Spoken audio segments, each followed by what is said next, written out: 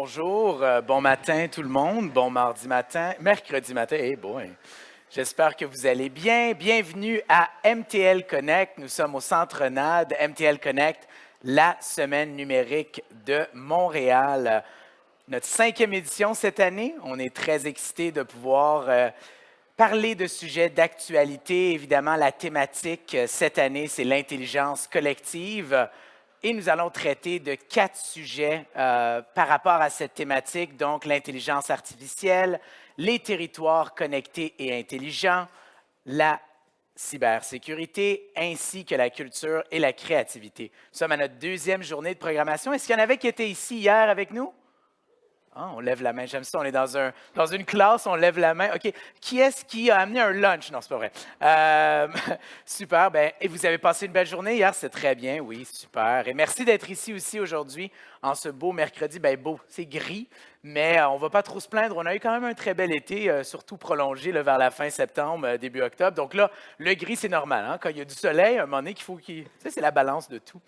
Bref, alors merci encore une fois d'être ici. Nous avons une belle programmation aussi aujourd'hui pour cette 2e journée. Quelques petits messages avant de partir sous notre thématique d'intelligence collective. Aujourd'hui, on va partir le bal avec l'intelligence artificielle. Alors évidemment, un sujet d'actualité. Hier, on a eu 2 grandes conférences d'ouverture qui parlaient également et de l'intelligence collective et de l'intelligence artificielle. On a eu Yoshua Bengio avec M. Dillac, qui jasait justement des risques, des bienfaits potentiels. Et on va continuer ce débat et cette conversation-là aujourd'hui. Mais quelques autres petits thèmes à vous mentionner. Nous avons une activation juste ici dans la salle D-Box avec des grands fauteuils style cinéma, avec des projections à chaque 15 minutes.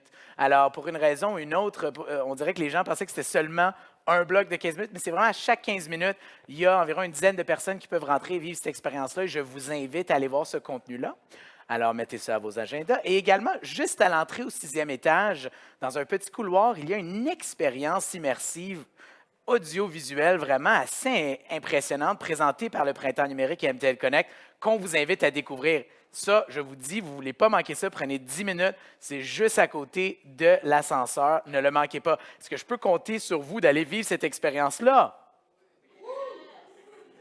Là, j'en vois comme non. Moi, j'aime pas ça des expériences. Là, écoute, moi, je suis ici pour absorber du contenu. Non, mais vraiment, allez-y. Je suis allé le faire moi-même. C'est immersif. C'est vraiment cool. Vous allez le faire? Ah, un peu plus d'enthousiasme ce matin, je suis content. Et pour tous les internautes qui nous écoutent à la maison, bien, vous ne pouvez pas vivre cette expérience-là, malheureusement, mais évidemment, profitez du contenu, de toutes les opportunités de networking virtuel également, parce que, évidemment, MTL Connect, c'est apprendre, s'éduquer, échanger avec des gens, faire des connexions, challenger un peu. Alors, soyez très actifs dans la manière que vous participez à MTL Connect. Alors, sans plus tarder, j'aimerais vous présenter le premier panel de ce matin. Nous allons parler d'un écosystème d'IA bienveillant. Alors, je vais tout de suite inviter les panélistes à venir se joindre à moi sur scène. Alors, sans plus tarder, j'aimerais inviter Nathalie Sanon de Ivado, David Gay de TV5 Monde, Adèle Salin-Cantégrel de Skikoop, ainsi que Ilias Benjeloun, notre modérateur de MTL Newtech. On les accueille.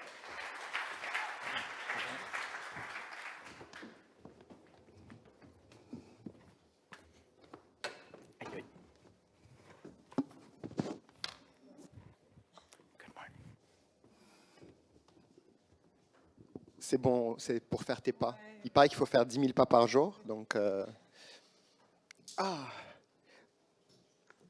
bon matin. Bon matin. De si tôt, je pense qu'on a notre petite discussion autour d'un petit salon, d'un petit déjeuner. Il manque le déjeuner, mais on a la discussion. Je pense que ça devrait faire la job. Puis merci à toutes et à tous qui êtes là aujourd'hui de si beau matin pour cette discussion dans le cadre de Montréal Connect. Le titre est assez... Je ne sais pas si le titre est là, non? Le titre de Bâtir un écosystème d'IA bienveillant, c'est un titre assez ambitieux. Pardon. Il y a eu la discussion hier entre Yoshua Bengio et Marc-Antoine Dillac, qui a bien mis la table et je pense qu'on va essayer de passer à travers ces sujets ensemble. Je ne suis pas sûr que tout le monde vous connaît, donc on va peut-être prendre... moi, je travaille beaucoup avec les startups, donc on leur dit souvent Faites-nous votre elevator pitch, puis on a la chance d'avoir une entrepreneuse ici. Est-ce que tu veux qu'on commence avec toi, Adèle? C'est pas mon entreprise que je vais pitcher. Là, mais... Absolument. Donc oui, je suis Adèle Salin-Cantegrel, cofondatrice et présidente de l'entreprise SciGroup. Donc c'est une entreprise qui se veut d'impact social, donc dans le AI for Good, parce qu'on a développé une solution technologique qui vient à lutter, à aider à combattre les disparités de santé. Donc ça, c'est une de mes casquettes. J'en ai une autre que je vais amener aussi au sein du panel, c'est que je suis aussi sur un comité d'éthique de la recherche, donc au niveau du CIUS du centre-ouest de l'île de Montréal, plus dans l'éthique en santé et en sciences sociales, mais bien entendu, il y a des éléments qui se recroisent. Puis justement, on est de plus en plus confrontés à devoir évaluer des solutions qui éventuellement utilisent l'IA dans la recherche. Donc, voilà. David, on va faire un homme, une femme, un homme pour rester dans... Pas de souci. Alors, David Gay, donc moi je suis en charge à TV5 Monde, donc la chaîne francophone internationale du numérique et de l'innovation. Donc on a beaucoup de projets autour évidemment de l'innovation et en particulier de l'IA, en tout cas certains. Et nous, en tant que médias et médias international, on doit faire face aussi à pas mal de challenges de ce côté-là. On aura l'occasion de l'évoquer. Mais en tout cas, voilà, en ce qui me concerne, je suis plutôt spécialisé sur tout ce qui est projet numérique de façon globale et avec cette expertise média, et sachant que le domaine audiovisuel est un domaine assez spécifique et assez particulier. Voilà. Alors, Nathalie Sanon, j'ai un background, moi, plutôt en recherche biomédicale, donc en santé aussi, on se rejoint un petit peu. Mais par la suite, j'ai vraiment bifurqué vers le milieu un petit peu plus de la formation continue. Et présentement, je travaille chez Ivado comme gestionnaire de programmes de formation, donc pour développer des formations en IA pour une clientèle justement qui veut en apprendre plus sur l'IA, une clientèle je dirais, des professionnels de l'industrie qui sont à différents niveaux et donc de pouvoir leur apporter ce qui va leur permettre de bien comprendre l'IA et de pouvoir l'intégrer aussi dans leur processus. Parallèlement à ça, je suis aussi très impliquée au niveau communautaire, l'implication des femmes noires beaucoup, ça c'est quelque chose, il y a beaucoup de gens qui me connaissent par rapport à ça et donc j'en reparlerai un petit peu plus tard. Super. Puis pour celles et ceux qui ne me connaissent pas, moi c'est Ilyas Benjeloun. Ça fait une quinzaine d'années à peu près que je travaille dans l'écosystème d'innovation, start-up, etc.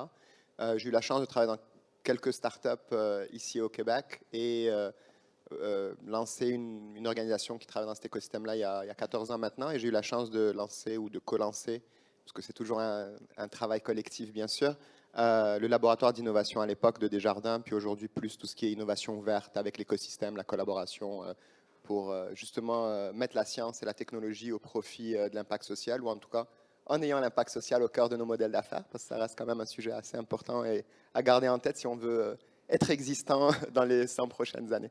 Super.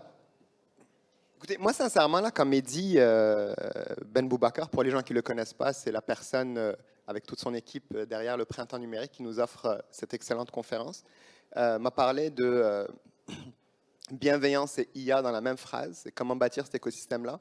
Moi, le mot, personnellement, que ça m'a inspiré, c'était hey, ça va être tough.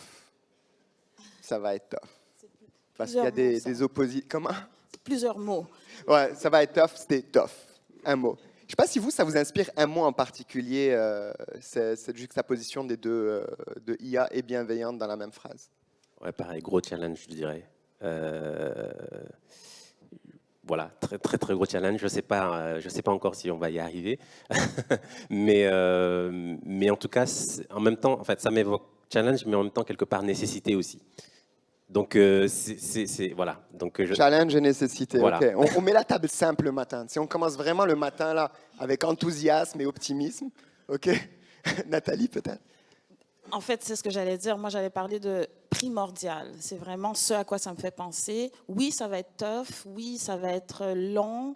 On risque pas d'y arriver exactement comme on veut, mais je pense que c'est quand même primordial de tendre vers une IA qui est bienveillante. Donc, horizon, tendre vers, OK. Last but not least. Pour moi, c'est prudence et opportunité, probablement. Super. Prudence parce que, justement, on se retrouve dans un écosystème qui veut aller vite, surtout dans le milieu entrepreneurial, et qui, justement, ce milieu entrepreneurial voit cette opportunité de prendre ce train en marche et d'y aller à fond. Parce que c'est une opportunité, surtout qu'on est vraiment bien positionné ici au Canada et en particulier ici à Montréal. Donc, c'est ça, c'est ces deux mots-là qui me sont venus. Pas un, mais deux. C'est parfait comme ça, c'est parfait comme ça. Justement, en parlant de opportunités, de difficultés, évidemment, puis effectivement, c'est le cœur de la démarche. Comment vous voyez un peu l'état des lieux aujourd'hui? Quand on parle d'IA, tu parlais d'opportunités entrepreneuriales, etc. Puis il y a eu quand même plusieurs vagues. La recherche en IA existe depuis plus de 50 ans, on s'entend, si ce n'est pas un peu plus même. Les premiers modèles développés, etc. Puis aujourd'hui, on est, moi, ce que j'appelle la troisième vague d'implémentation en IA. Vous voyez comment cet écosystème-là, à l'heure actuelle, tel qu'il est? Je sais que c'est une grande question, là, mais juste peut-être une petite introduction à cet égard-ci, là, pour les gens peut-être qui sont un petit peu moins familiers, puis après on va rentrer dans le vif du sujet. Ouais, tu veux que je commence? En fait, moi j'ai le point de vue quelque part d'un média. Moi, de ce que je vois, c'est pas mal de peur et de défiance quand même, globalement. Déjà de la part du grand public, mais aussi, je trouve que c'est aussi ce que les médias mettent beaucoup en avant, quelque part. Le sujet est traité de façon, enfin parfois peut être traité parfois de façon en tout cas alarmiste, négative, etc. Et donc ça crée, je pense, ça crée beaucoup de défiance. Ça crée beaucoup de défiance et beaucoup de peur. Je sais que de mon point de vue, par exemple, d'un point de vue pour les médias, il y a une grosse hantise de la part des journalistes, par exemple, vis-à-vis de l'IA. Il y a des défis liés à la propriété intellectuelle ou ce genre de sujet. Et donc oui, moi en tout cas, par rapport à mon domaine d'expertise et là où j'évolue, c'est ce que je constate. Par exemple, beaucoup de médias aujourd'hui bloquent l'accès à leur contenu aux robots d'IA, typiquement. En tout cas, c'est une position que beaucoup ont. Ils auraient peut-être dû faire ça il y a quelques années, parce que là, Voilà. On a déjà récupéré toute l'Internet, là, on l'a mis dans l'IA. Donc là, oui, ouais. Mais en tout cas, là, ces derniers mois, voilà, les médias se sont un peu réveillés et ont dit, voilà, stop, ChatGPT, OpenAI et tous les autres. Et donc, du coup, voilà. En tout cas, moi, c'est ça que je retiens aujourd'hui sur l'état des lieux. Nathalie? Moi, je répondrais par une anecdote, en fait. Il y a quelques années, 2-3 ans, lors de formation, donc un jeune qui travaillait dans le milieu suite à en fait une formation qui parlait justement des biais et discriminations en IA. Il a levé la main, il travaillait dans le milieu, il a dit « Moi, ça fait 7 ans que je travaille dans le milieu et je ne savais pas qu'il pouvait y avoir des biais dans ce que je faisais. » Alors ça m'avait vraiment marqué parce que j'étais un petit peu nouvelle dans tout ça et qu'un professionnel, jeune professionnel, mais quand même, qui travaillait dans le domaine, ne voyait pas en quoi, étant donné que lui, il faisait des mathématiques, et des mathématiques, ben c'est bien sûr, il n'y a pas de biais possible là-dedans. Pour lui, c'était impossible, il ne concevait pas. Et donc, il était content, en fait, heureusement, il y avait une ouverture. Je pense qu'on est un peu encore là-dedans. Il y a encore des gens qui ont l'impression que non, ce qu'ils font, vraiment, il n'y a pas de biais possible. Et donc, si ces gens-là ne pensent pas au biais, ben, on ne peut pas arriver à une IA qui est bienveillante, selon moi. Mais je pense que quand même, il y a des actions concrètes, on va en reparler, mais les choses changent, Mais on est au balbutiement, je dirais. Effectivement, puis un des aspects importants, puis je pense même le but de ce panel, puis je sais, juste peut-être show of hand pour savoir à qui on parle. Qui ici a déjà utilisé la version 4 de de OpenAI, de GPT-4? GPT-4, levez la main plus haut, là, un peu plus de fierté. Là. OK? Deux mains même, super. Ceux qui ont utilisé ChatGPT dans l'absolu. OK, donc pas mal tout le monde dans la salle. OK. Qui l'utilise plus qu'une fois par jour? OK, quand même. Un bon tiers de la salle. OK, juste pour savoir. Qui fait confiance à ChatGPT quand il sort quelque chose ou qu'elle sort quelque chose là? Parce que le genre, je ne sais pas encore. Puis c'est fluide là. Personne ne fait confiance. OK, 2 personnes. Ish. OK, donc là, vous connaissez un peu plus. Mais je pense effectivement, bon, l'équipe du Printemps numérique crée un biais, entre guillemets, parce que tous les gens qui sont ici dans la salle, et la raison pour laquelle vous venez aller au panel ce matin ou au Fireside Chat ou aux discussions de salon, c'est que c'est un sujet qui vous intéresse. C'est un sujet sur lequel vous avez déjà probablement touché, etc. Puis ce que tu viens de dire, Nathalie, sur le biais, ça peut paraître une évidence pour nous qui sommes ici aujourd'hui de dire, ben, non, évidemment qu'il y a des biais pour X ou Y raison, mais on peut encore être surpris par le degré de biais et l'impact de ces biais, effectivement. Puis il y a plein d'autres personnes qui n'en sont pas forcément conscientes. Donc, à mon avis, moi, mon point de vue sur l'état de l'écosystème développement, perso, c'est qu'il y a énormément d'opportunités là, à l'heure actuelle. On est enfin dans une logique d'implémentation où la promesse match avec le résultat, si ce n'est pas dépasse le résultat. La vague d'avant, là, qui a à peu près 7-8 ans, c'était une vague où on promettait monts et merveilles, puis on livrait des petites souris. Aujourd'hui, on promet des chevaux, puis on livre des éléphants. Par contre, ben, c'est des éléphants qui viennent justement avec beaucoup de biais, et on a tendance à faire confiance plus que nécessaire. Puis il y a tout un pan de la population qui est peut-être délaissé, et il y a même d'autres peut-être enjeux là. Mais je voudrais avoir le point de vue entrepreneurial avant de passer à l'autre aspect du sujet là. Toi, tu le vois comment quand l'état de cet écosystème-là, de ton point de vue en tant qu'entrepreneur? Oui, je vais prendre le point de vue aussi recherche, un petit peu. C'est la raison pour laquelle on voulait que tu sois là. Parce que, au final, quand on est dans la recherche, en tout cas dans le milieu académique, on a beaucoup quand même de formations, en tout cas pour la santé, mais aussi pour l'intelligence artificielle. Beaucoup de formations et d'orientation en ce qui concerne l'éthique. Donc, c'est une réflexion qui se fait quand même en permanence pour les projets qu'ils passent. On passe par un comité éthique. Donc, on a des balises, on doit remplir des critères bien particuliers.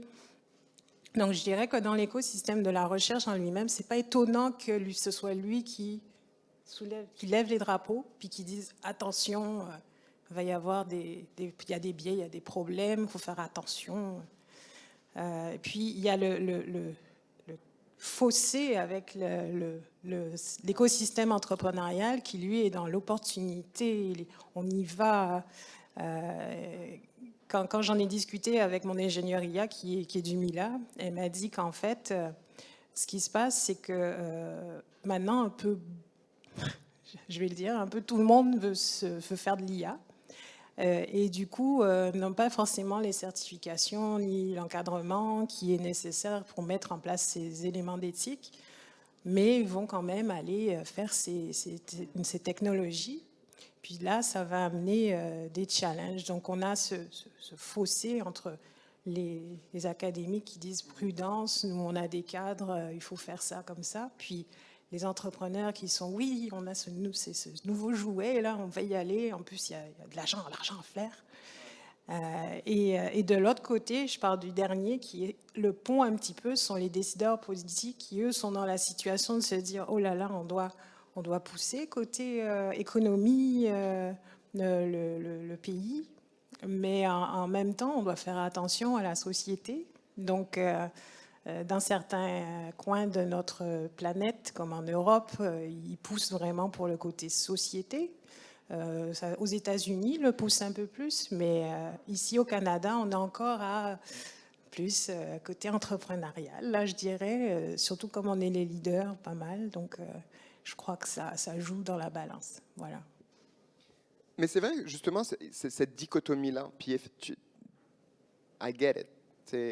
Quand tu es chercheur, il y a tellement d'étapes, comme pour le développement d'un vaccin, comme pour le développement de différentes choses. Puis il y a aussi cet esprit-là un peu d'ouverture, de dire on fait ça pour le monde. Puis il y a donc tout l'aspect open source, ouvrir la recherche, Open Research justement pour permettre au reste du monde d'en profiter. Puis de l'autre côté, on voit cet opportunisme entrepreneurial, puis la volonté de peut-être pas attendre peut-être pas couper les coins ronds là, mais pas attendre. Est-ce qu'il y a une manière de marier ces choses-là ou est-ce que c'est peine perdue? Toi qui vis justement dans cette eau grise, entre guillemets, comment tu te bats en fait? Je vais te poser une question. Quand tu as ton ingénieur en IA, puis que cette personne-là a envie d'avancer, puis que toi, tu as peut-être des flags à lever, comment tu maries ça au quotidien, quelque part? Peut-être donne-nous ton expérience personnelle. Là. Raconte-nous un moment où tu as dû mettre beaucoup d'eau dans ton vin ou que cette personne-là a dû mettre beaucoup d'eau dans son vin dans vos discussions.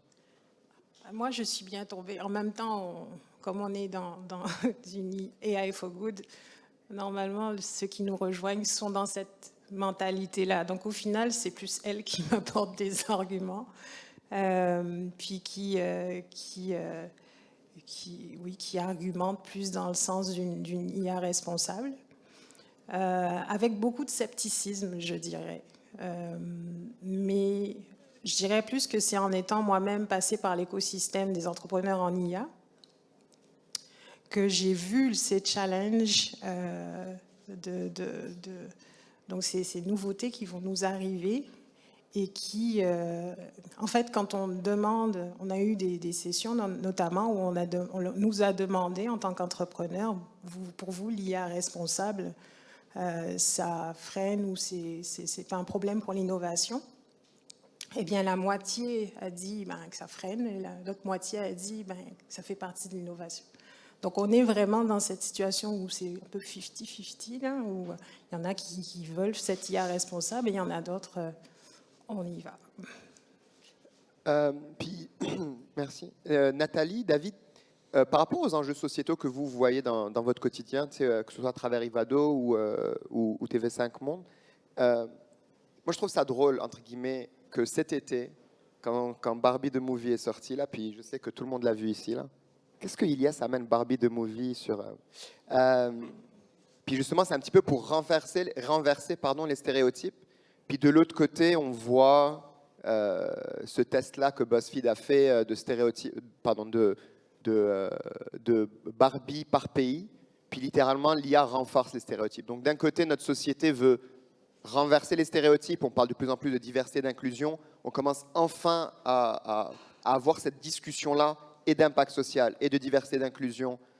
Pour moi, les acronymes ESG, IDEA ou EDI et ODD commencent à enfin faire partie d'un certain quotidien. Et de l'autre côté, on voit Midjourney qui nous crache à la face 200 photos ultra stéréotypées de Barbie quand on met Barbie plus le pays.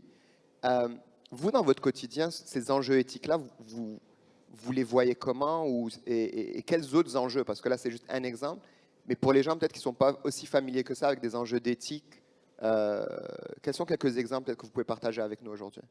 Mais d'une part, moi, je dirais que l'exemple dont tu fais part avec les différentes Barbie, là, ou tout simplement des exemples de, si on tape femme noire ou si on tape prostituée, on va voir bien souvent des femmes noires ou des femmes racialisées, alors que si on tape médecin femme, ça va être beaucoup plus des blancs. Donc ce genre d'exemples-là, on les voit beaucoup sur Internet. Mais pourquoi est-ce qu'on les voit en fait? C'est vraiment une question de données en fait. Les données, où sont-elles? Les données n'ont pas, les gens qui ont participé justement à l'élaboration de ces données ou à la collecte de ces données, n'étaient pas des femmes noires nécessairement ou des femmes racialisées. Assurons-nous donc d'avoir une IA qui est justement inclusive. Et à ce moment-là, c'est le genre de choses que l'on peut éviter. Je ne dis pas nécessairement effacer complètement, mais c'est quelque chose qui pourrait être évité lorsque les données sont plus représentatives de la société dans laquelle, c'est-à-dire le monde entier finalement, parce que l'IA qui a été générée à un endroit sera appliquée un peu partout. Donc, assurons-nous qu'elle soit inclusive. Pour moi, c'est ce qui explique ce manque un petit peu ou cette discrimination finalement de l'IA que l'on voit encore aujourd'hui. Je trouve ça intéressant parce que, enfin, évidemment, tout ce que vous dites est intéressant, mais je trouve ce point de vue, je trouve ce point sur l'IA générative et son impact quelque part. Parce que là, tu parles de données, du biais dans les données, effectivement. Mais aujourd'hui, on va générer, je n'ai même pas les chiffres, mais il y a une courbe littéralement exponentielle de l'information qui est générée sur les 30 dernières années. Mais quand on voit le pouvoir de l'IA, c'est même plus exponentiel. Je ne sais pas s'il y a une autre formule là, à rajouter, là, mais l'information qui va être générée, et si on parle de biais qui va générer et renforcer ce biais plutôt que le débiaiser, il y a le travail aussi en termes de biais. Puis un volet artistique. Là, on a parlé d'un point de vue artistique et art numérique. On a parlé du point de vue il y a recherche, application, on a pas science et entrepreneuriat. Moi, il y a une personne que j'aime beaucoup qui est là dans la salle aujourd'hui et que je vais probablement déranger en lui posant la question. Mehdi Ben Boubacar est une personne qui a porté le printemps numérique depuis un long moment avec son équipe, qui est un passionné d'intelligence artificielle, enfin, un passionné plutôt de l'usage ou d'un usage conscient de l'intelligence artificielle autour de la transformation numérique avec un point de vue ou une volonté en tout cas de diversité et d'inclusion, que ce soit ici ou ailleurs, bâtir des ponts, etc. Puis on a la chance de l'avoir ici dans la salle, puis je vais faire quelque chose qu'il n'a probablement pas envie que je fasse. Et je vais l'inviter à nous rejoindre dans la discussion pour 2 ou 3 petites questions. Est-ce que ça vous tente?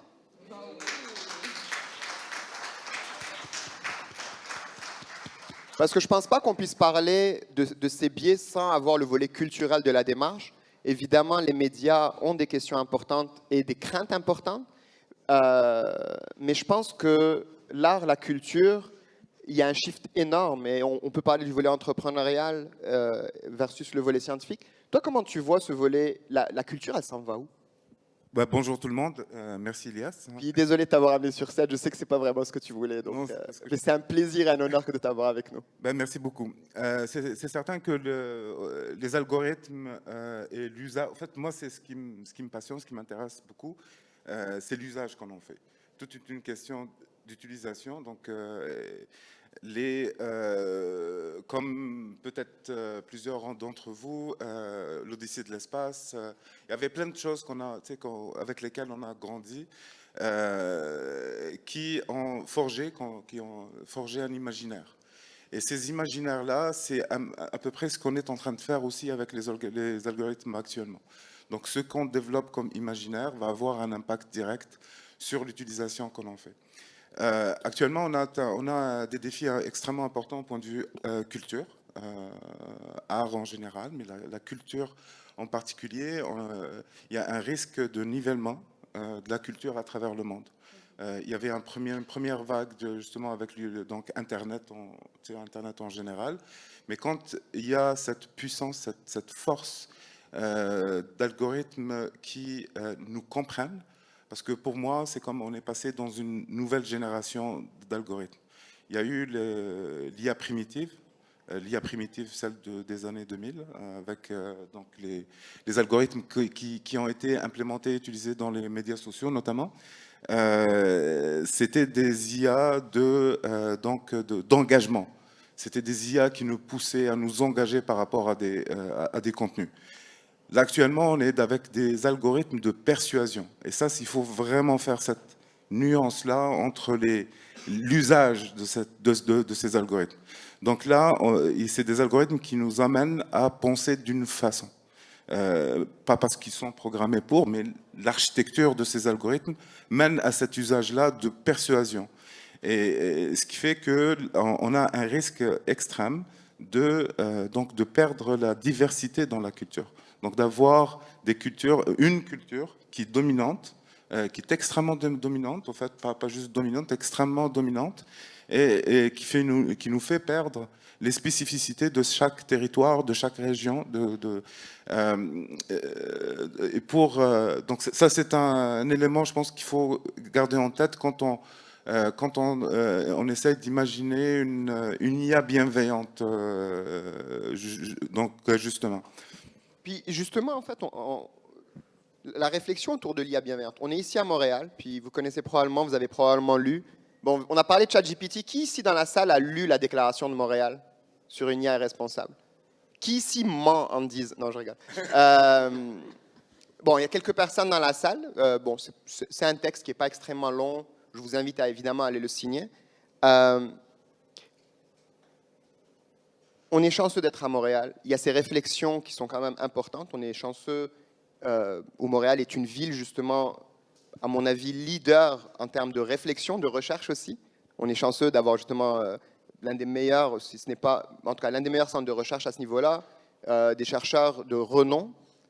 Puis une déclaration qui, à mon avis, si l'humanité l'a signée et l'appliquait, on n'aurait pas besoin d'avoir ce genre de discussion. C'est assez simple, fondamentalement. Pourtant, elle a été signée il y a maintenant 5 ans. Puis depuis 5 ans, if anything, on a accéléré la démarche avec les risques qui lui sont associés. Donc, question facile. Comment peut-on passer d'une déclaration d'intention à potentiellement une action pour être dans le développement et l'implémentation d'IA bienveillante? Est-ce qu'il y a une réflexion derrière? Évidemment, on ne va pas résoudre le problème aujourd'hui, là, sinon on serait devant les Nations Unies. Mais je serais vraiment curieux de vous entendre là-dessus. Quiconque.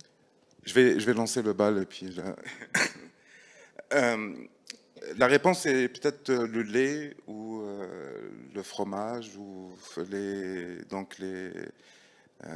n'importe quel produit qu'on trouve dans les étagères. Quand on va faire nos courses, il y a des objets qu'on achète, il y a des produits qu'on achète. Je ne parle même pas de médicaments. Et tous ces produits-là qu'on va consommer, il y a une réglementation, il y a une norme, il y a des normes, il y a des normalisations.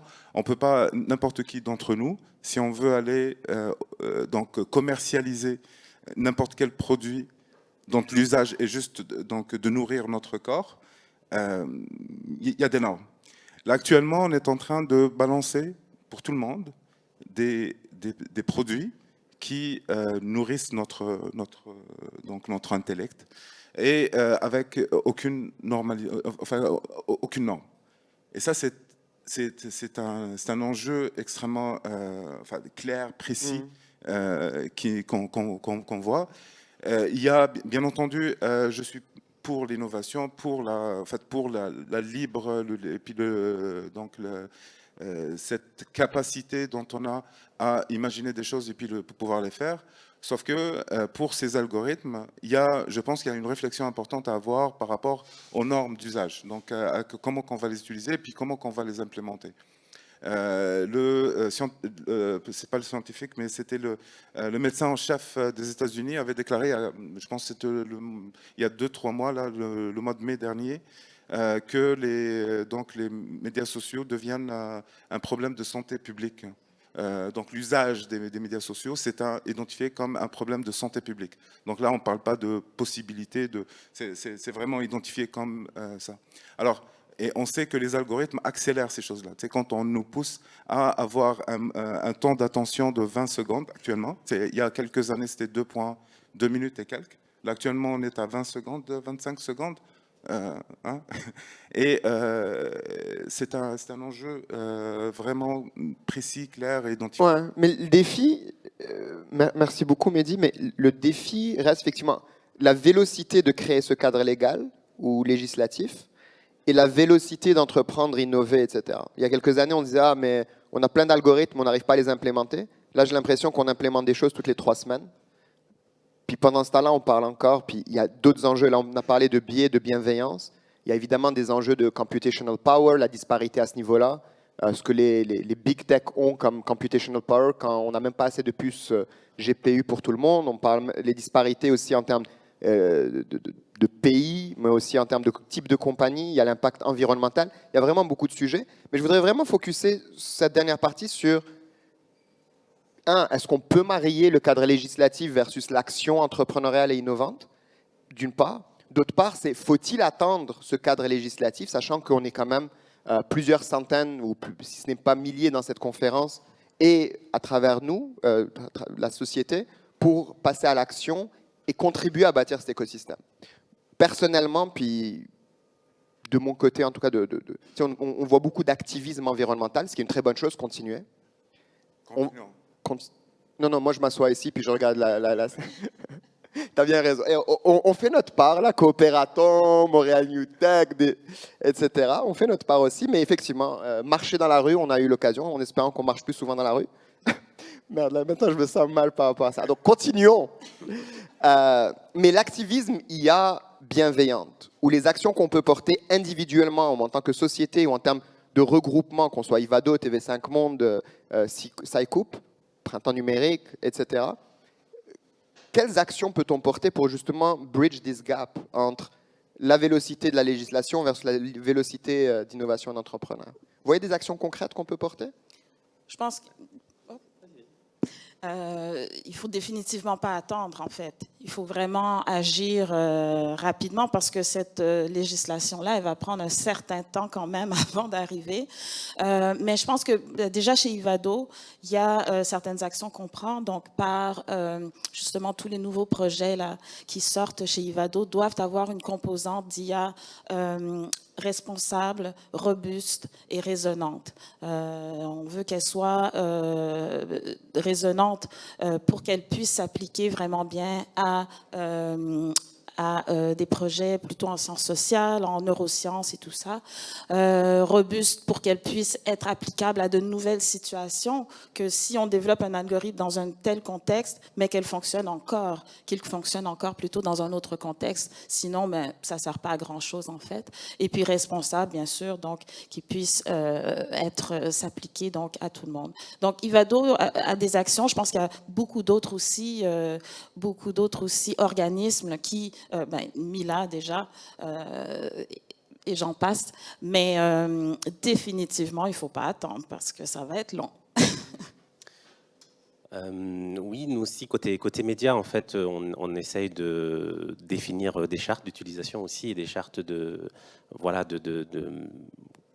comment faire en sorte d'utiliser une IA qui soit bienveillante, qui soit au service de la société, parce qu'il faut que ça reste dans nos valeurs. Et ça commence à s'organiser, pour le coup, déjà au niveau des médias publics francophones, puisqu'on a un organisme qui s'appelle les médias publics francophones, qui réunit beaucoup de médias internationaux francophones, dont beaucoup de médias canadiens d'ailleurs.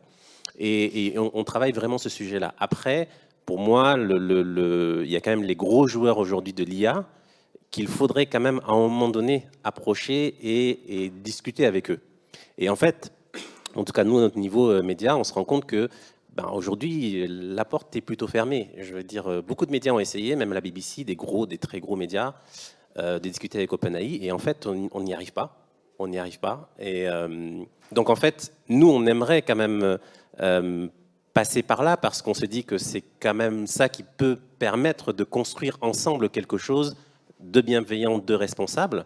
Et je suis assez persuadé que sans ça, ça va être compliqué. Est-ce que OpenAI n'est pas et tous les autres joueurs d'IA ne sont pas les nouveaux GAFA finalement, de demain? Et est-ce que ça risque de devenir un problème si on ne peut pas amorcer ces échanges avec eux sur ces sujets-là, justement, de responsabilité, d'éthique et d'IA bienveillante?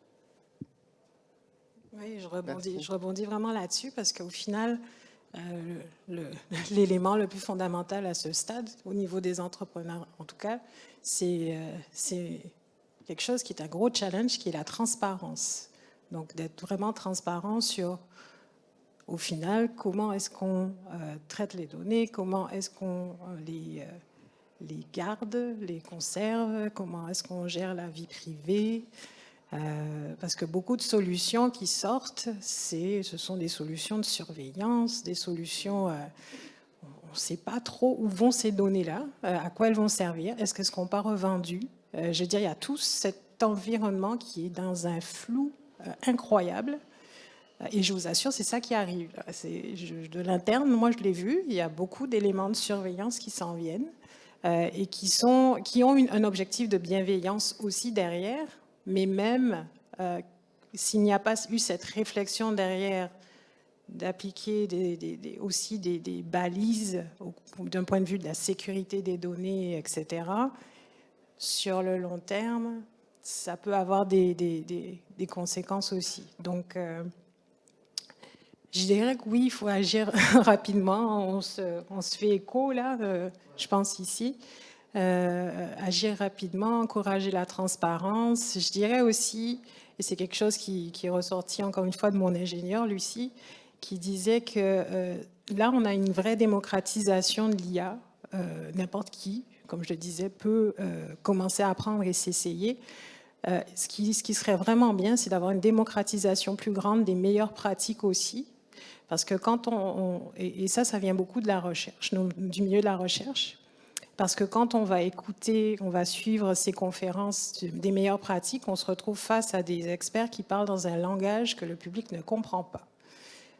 Donc là, il y a un vrai besoin de vulgarisation, un challenge qui a toujours été dans le milieu de la recherche, de vulgariser la recherche, vulgariser aussi les risques. Parce qu'on a beau le faire, c'est la fameuse chambre à écho de la recherche, on a beau le faire ensemble en tant que chercheurs, s'il n'y a pas le public et surtout les entrepreneurs qui le savent, qui s'approprient en fait ces principes, ben là on n'avance pas. Si je peux rebondir là-dessus, donc tu parlais de vulgarisation, de l'importance que les gens comprennent et aient un langage commun. Alors ce langage commun-là, justement, c'est vraiment par la formation que ça passe. Et la formation peut se faire donc à différents niveaux. Ça peut être à un niveau de vulgarisation, vraiment qu'est-ce que c'est l'IA, comment ça fonctionne de manière très très large, mais également aussi à d'autres niveaux, soit un niveau d'implémentation par la suite ou encore à un niveau de création de ces algorithmes-là de manière responsable aussi. Mais la formation, puis ça, j'y reviens parce que c'est mon dada aussi, mais en même temps, je trouve ça réellement important. Il faut vraiment que les gens aient ce mindset-là de toujours penser à se former, peu importe la manière, la auto-formation ou diplôme universitaire ou cours en ligne, peu importe, mais c'est vraiment très important, là, justement pour que tout le monde puisse avoir un langage commun puis qu'on puisse se comprendre. Tant que ça, c'est pas fait, ça va être très difficile aussi. Mais je suis d'accord et en même temps, puis c'est quand même le but de discussion là. Oui, mais puis c'est pas, on abonde tous dans le même sens par rapport aux défis qui nous attendent, aux défis qu'on vit. Personnellement, je pense par contre qu'on peut collectivement, mais individuellement aussi, apprendre de notre passé pour mieux se projeter à l'avenir. Si on attend et dire il faut, pour vrai, là, les changements climatiques, là, on les a vécus depuis 50 ans qu'on est au courant, 60 ans si ce n'est pas plus. Puis aujourd'hui, on bouge enfin tout court. Pour moi, l'IA, c'est un peu la même chose. On a individuellement aussi, sans pour autant d'enlever au Big 4 ou 5, whatever, ou au cadre législatif, une responsabilité. On a aussi une responsabilité individuelle. Tu parlais de, on doit se former, oui, mais je pense qu'individuellement, dans nos organisations, on doit porter des actions. Personnellement, puis c'est pas pour dire je fais, c'est pas le but. Mehdi, Printemps numérique, hier, on signait une déclaration entre Nantes et Montréal par rapport aux événements. Personnellement, nous de notre côté, puis de la même manière qu'une déclaration, la déclaration de Montréal ou déclaration dans l'événementiel, je pense que c'est important. Individuellement, on a des actions à porter, que ce soit bilatéral, multilatéral, partir la roue. Nous, perso, là, puis c'est pas pour dire ce que nous on fait, mais whatever, il faut en parler un peu quand même. Mais nous, en 2015 ou 2016, quand on a mis nos projets dans le cadre des objectifs de développement durable, personnellement, j'ai eu des débats avec du monde qui était en mode impact social, qui disait « what the fuck ». Pourquoi est-ce que toi, qui amène des OBNL, qui fait partie d'une grande compagnie, donc Desjardins, Montréal New Tech, vous êtes tech, Desjardins, c'est une coop financière, qu'est-ce que vous faites avec le cadre d'ODD? Ça, c'est notre turf. J'étais comme « what the fuck ». C'est pas ton turf, c'est un cadre qu'on devrait adopter. Quand on faisait des activités, etc., puis que moi je disais à mon équipe, moi je ne viens pas sur un panel s'il n'y a pas au moins ce que j'appelais la parité, mais ce n'est pas effectivement à 100%, mais au moins 30 à 40% de diversité sur ce panel, que ce soit de la couleur, d'orientation, de genre ou autre. Moi je ne viens pas. Ça nous est déjà arrivé où un jour, moi j'étais comme, moi je ne viens pas. C'est tout. Je ne m'asserai pas avec vous. Puis les gens me disaient, mais tu n'es pas une organisation de diversité et d'inclusion. Là je parle d'il y a 8 ans, là aujourd'hui tout le monde fait ça. Mais je pense qu'individuellement, on a des actions à porter. Quand on parle de... Je pense, sincèrement, je sais que tu n'es pas tout à fait d'accord, là, mais tu peux y aller, tu peux dire que j'ai tort. Tout le monde fait ça. Non, tout le monde parle de faire ça, puis tant mieux. Ouais. Mais au moins, on en parle. Je veux dire, mieux vaut en parler que mettre ça sous un tapis, là. Puis je suis très content, merci encore d'offrir l'occasion de parler de ça, ici et ailleurs. Puis je pense, de la même manière que dans le Salon de la femme noire, tu amènes les STEAM, donc tout ce qui est sciences, technologie, ingénierie et maths, etc., parce qu'effectivement, si on n'amène pas ce monde-là dans un monde un peu plus stéréotypé dans la tête des gens, ben si des gens noirs, puis excuse-moi, je veux pas je ne veux pas faire du mansplaining, là. Si on n'a pas l'occasion de voir des role models noirs ou gays ou whatever qui peuvent être, on n'a pas cet horizon-là. Puis on est tous un peu responsables à cet égard-ci. Puis si on parle d'écosystème, puis juste pour finir là-dessus, de mon côté tout du moins, par rapport à tout ce qui est explicabilité, robustesse, etc., c'est des horizons qu'on ne va jamais atteindre fondamentalement, là, si je peux me permettre. C'est un horizon auquel il faut aimer, il faut vouloir. Mais c'est comme le gym. C'est plus simple pour parler de OpenAI Gym, là, mais c'est comme le gym. Il faut y aller, il faut s'entraîner, même si on n'y arrive pas. Et je pense qu'individuellement, il faut être aussi kind to each other. Moi, j'ai eu des discussions avec des chercheurs où des gens d'impact social très... comme la religion, tu vois. Tu n'es pas dans le cadre à 100% là, tu es out. Je suis comme, non, j'essaye. Ou les chercheurs, tu leur parles, c'est comme, non, si tu n'es pas dans... Je pense qu'on doit être kind to each other, on doit travailler et tendre la main. Nous, de notre côté, on travaille un peu avec Mila, Ivado sur certains de nos projets, prendre un peu partie de votre connaissance et de votre expertise pour que les cadres de ce qu'on fait, comme le coopératon ou autre, aient du sens et ces paramètres-là. Donc, je vais vous poser une dernière question. Vas-y. Mais je veux quand même poser une dernière question à la fin, donc la régie, vous n'allez pas être content. Au fait, juste pour... parce que tu m'as invité ici, donc... je t'ai forcé. Je t'ai forcé la main un peu, quand même. Je m'excuse. Au fait, donc, il y a un élément important également, c'est l'élément d'appropriation. C'est-à-dire que là, actuellement, ce débat-là ne devrait pas être juste un débat technologique. Il ne faut pas qu'il soit juste un débat technologique. Ça, c'est extrêmement important. Il faut que les pans de la société et de la communauté puissent intégrer ce débat-là. Et puis, il y a des solutions ou des perspectives, on en a quelques-uns. Je donne l'exemple des artistes numériques. Nous, on travaille beaucoup à ce que les arts ne soient pas un élément à part, mais qui soient partie intégrante et un moteur de la communauté. Les artistes numériques, on en a beaucoup d'ailleurs ici à Montréal, il y a beaucoup d'œuvres qui travaillent ou qui envisagent, qui font de la prospective par rapport à ce qui peut se passer. Et c'est des œuvres qui sont extrêmement puissantes et qui ramènent donc de la vision. Un autre élément, c'est les moteurs.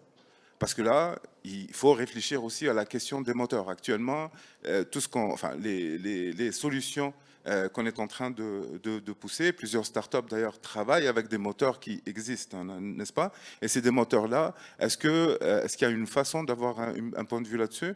Il y a une réflexion à avoir. Est-ce qu'il y a un intérêt à imaginer des moteurs qui sont plus ouverts pour un grand nombre? Il y a une réflexion à avoir.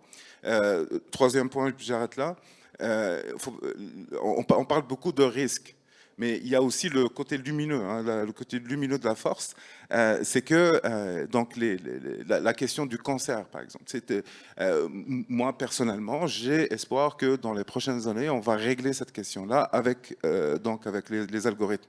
Il y a, je pense, l'été dernier, l'équipe de Bart de Google, ils ont modélisé, si je ne dis pas de bêtises, 2 millions de molécules en 3D. C'est un travail qui aurait pris à tous les biochimistes de la Terre 5000 ans pour être fait. 5000 ans en quelques jours. À tous les biochimistes. Donc le potentiel bienveillant de cette technologie, il est réel, il est énorme. Donc, ce qu'on dit, ce n'est pas de bloquer. Ce qu'on dit, c'est que comment on peut le faire en respectant et puis en protégeant tout le monde. Voilà. Merci. Tu voulais y aller, mais la dernière question, puis je sais qu'on pourrait parler pendant longtemps. Je vois le temps achevé, malheureusement. Peut-être un dernier point, puis quelle serait une action que vous voudriez porter ou que vous invitez le public à porter pour contribuer à bâtir cet écosystème d'IA bienveillante? C'est une question facile aussi. J'adore finir avec une question facile. De mon côté, je pense que pour faire le lien avec tout ce que j'ai dit et tout ce qui répond à qui je suis, en fait, c'est vraiment de penser inclusion. Réellement, penser inclusion, penser à inclure dans vos équipes des gens qui ont des manières de voir différentes, des manières de faire différentes, Et comme ça va vous permettre d'avoir une autre perspective, en fait, tout simplement. Donc, c'est bénéfique aussi pour vous. Mais pour moi, ce serait ça, l'inclusion de personnes qui sont habituellement sous-représentées. Je n'ai pas dit inclusion de qui dans les équipes. Voilà. Moi, je dirais s'informer, la conscientisation du sujet. Je pense que c'est important que tout le monde prenne conscience justement des risques et du sujet de l'IA responsable, de l'IA bienveillante. Et pour ça, il y a de très belles initiatives. Il y a la Déclaration de Montréal. Il y a aussi les recommandations de l'UNESCO sur le sujet, qui a produit une recommandation assez détaillée en 2021 sur l'IA responsable. Donc, en fait, s'informer sur ce sujet, c'est déjà un très bon pas pour moi, en fait. Que de façon, on va dire, grand public et les communautés s'emparent du sujet, s'informent, comprennent de quoi on parle, quels sont les risques, quelles sont les dérives. C'est déjà un bon point pour moi. Super. Ok, donc moi je dirais, c'est quelque chose que quand je croise des nouveaux entrepreneurs, moi je suis aussi nouvelle, mais bon, j'en croise qui sont un petit peu plus de la relève, c'est de s'approprier l'IA. Surtout quand je vois des entrepreneurs qui sont de la diversité. C'est de ne pas avoir peur de s'essayer et d'y aller. Parce qu'il y a encore je pense, ces hésitations à y aller, à se dire, bon, ben, c'est plus, c'est pas trop pour nous. Donc, je dirais que vraiment, c'est qu'entendre que diversité, peu importe la diversité. Hein. Je parle aussi des plus âgés, je suis quand même pas jeune. De s'approprier. Oui, oui. Ah ouais. Black Don't Crack, c'est ça? Don't crack. Exactement. Donc oui, peu importe l'âge, allez-y, essayez-vous, entourez-vous bien et voilà. Donc, s'informer, s'approprier, passer à l'action, garder en tête la diversité. Moi, j'allais te laisser le mot pour conclure, mais vas-y. Ouais, une dernière call alors. Tout ça, plus peut-être financer la recherche sur ce qu'on fait, ce qu'on est en train de faire sur l'IA. Il y a beaucoup de financement pour faire des algorithmes, mais on a besoin de financer des projets pour suivre et documenter ce qui est en train de se faire. Donc, s'informer, s'approprier, financer, garder en tête ces valeurs importantes. Tu as parlé de diversité, d'inclusion. Il y a aussi les impacts sociétaux et l'aspect tout simplement de consommation d'énergie. Là, on a besoin d'énergie pour l'avenir, on a besoin d'énergie pour les algorithmes, etc. Mais garder cette conscientisation. Moi, un petit peu dans le même esprit, je dirais le passage à l'action. On l'a vu, il y a plein de recherches qui est faite sur le syndrome du witness, là, où tu as comme 10 personnes autour d'une victime, puis il n'y a personne qui agit. Ben, c'est un peu la situation aussi qu'on peut vivre. Donc, je nous invite à, comme tu as dit, c'est s'approprier l'IA, passer à l'action, mais ne pas avoir peur de rentrer dans le débat. Ici, au Québec, en particulier, personnellement, je trouve qu'on est très consensuel, puis c'est une très bonne chose, on a une belle société dans laquelle on vit, mais parfois, on évite les débats. Donc, rentrer dans le débat, ne pas avoir peur de ça, s'approprier, s'informer, s'approprier, garder en tête, financer, puis être proactif. Si on parle d'écosystème, surtout si on veut être en symbiose et bâtir ces choses-là, il faut le faire collectivement. On parle beaucoup d'intelligence collective à travers Montréal Connect. Je pense qu'on a tous une responsabilité individuelle et une responsabilité organisationnelle, parce que la majorité des gens font partie d'une organisation et collective en tant que société pour passer à l'action. Et chacune de ces étapes-là, ben, on peut y contribuer. C'est chacun individuellement, on peut déjà agir, comme aller au gym, comme si on veut mieux manger, on veut se tenir en santé, ben, c'est une action qu'on doit porter au quotidien. On est dans une organisation, on peut les influencer et on a beaucoup plus de place qu'on pense. Là, la campagne de Centraide embarque, là, je vous invite à donner à Centraide aussi par ailleurs. Ben, Centraide fait une action vraiment géniale, puis j'ai donné, puis on contribue, puis TechAid, super belle activité, etc. Mais ils ont des ambassadeurs dans les organisations qui créent des projets dans les organisations pour conscientiser les gens aux dons, pour amener, ben, ça fait une différence énorme. Ben, pareil pour l'IA, je pense, dans nos organisations, que ce soit une petite start-up ou un Desjardins ou autre, on a des actions qu'on peut porter, même dans les Google, les Microsoft de ce monde, etc. Et je pense au niveau législatif, ben, votez avec, agissez avec votre vote au final. Puis je nous invite effectivement à contribuer là-dessus. Mais tendre la main, on a une diversité, il faut briser ces silos-là. Puis très heureux d'avoir pu faire partie de ce panel aujourd'hui et ce Fireside Chat. Je pense qu'il faut conclure là. C'est toi qui mènes le bal. Je ne sais pas si tu prends des questions. Moi, je vois le timer, puis je sais qu'on a une régie en arrière. Pour l'instant, on n'a pas encore de tomates. Je sais que ton ingénieur voulait me jeter des tomates hier, mais pour l'instant, j'en ai pas encore. Donc, est-ce qu'on peut prendre quelques questions ou Armand, est-ce qu'on peut prendre quelques questions ou est-ce qu'il faut wrap it up? Parce que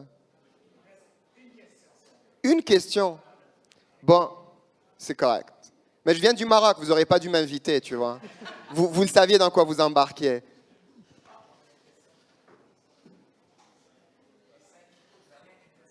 Ben non, on va faire du sport. Écoute, on parlait des 10 000 pas par jour. 10 000 pas.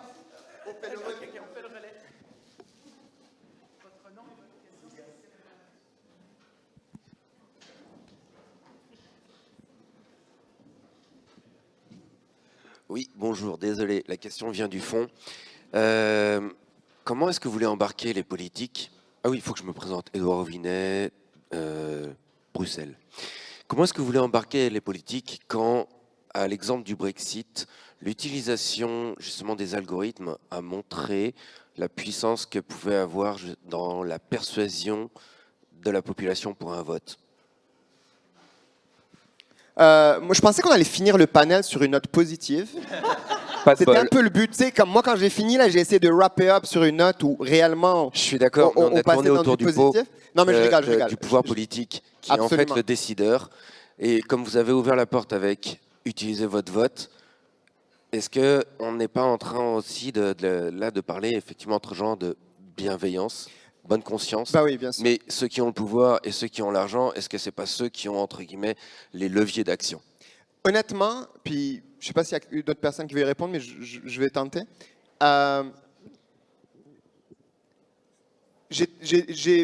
J'ai une confiance en l'individu. Moi, sincèrement, j'ai plein d'espoir pour l'avenir. Je sais qu'il y a des gens qui ont très peur par rapport à l'IA, etc. Moi, je suis convaincu que l'intelligence collective et l'humanité, puis je ne le dis pas à la légère, va trouver les réponses ou les bonnes réponses. Tu prends l'exemple du Brexit. Oui, ça s'est passé. Oui, il y a eu de l'influence, de la même manière que sur Facebook ou les médias sociaux, même quand tu parlais d'algorithmes d'influence ou d'engagement, a eu des conséquences. Les gens du Brexit qui ont voté pour se sont rendus compte, ils vont apprendre. On est des animaux, puis Darwin pour ça, où on s'adapte, on tire parti de ces apprentissages. Par contre, là où je te rejoins, c'est qu'on ne peut pas être sur la sideline. Que si on veut des algorithmes qui sont plus inclusifs, ben, va falloir agir là-dessus. Et donc, individuellement, on doit travailler là-dessus.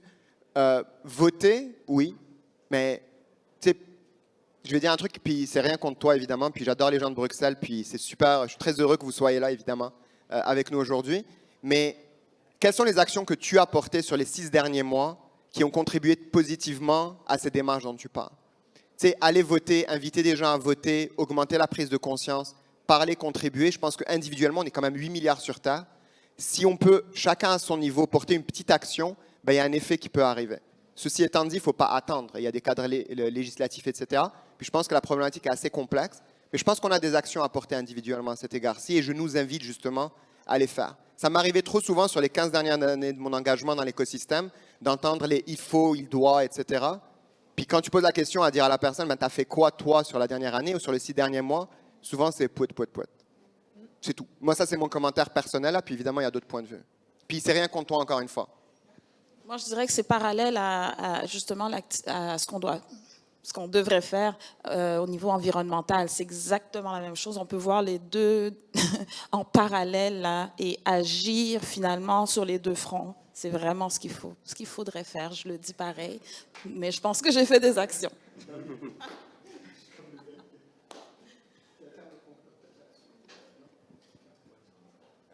Bon, c'est sûr que je pense qu'il faut qu'on arrête. Je vois nos amis ici. Par rapport à la question politique, c'est comme tout enjeu de société et de communauté. C'est la sensibilisation, la conscientisation des citoyens qui fait en sorte que les politiques vont agir par rapport à cela. Quand ça devient un enjeu de société, quand ça devient assez bruyant, on va s'en occuper. collectivement. Et puis j'aime beaucoup le parallèle, je partage ton point de vue là par rapport aux questions de changement climatique. Donc pour moi c'est au même niveau d'importance de vouloir bâtir une IA de confiance, une IA bienveillante et de faire face aux questions climatiques. Je pense qu'on devrait s'arrêter, on va nous tuer. Voilà, merci beaucoup. On va pouvoir continuer la conversation à travers le. Exact.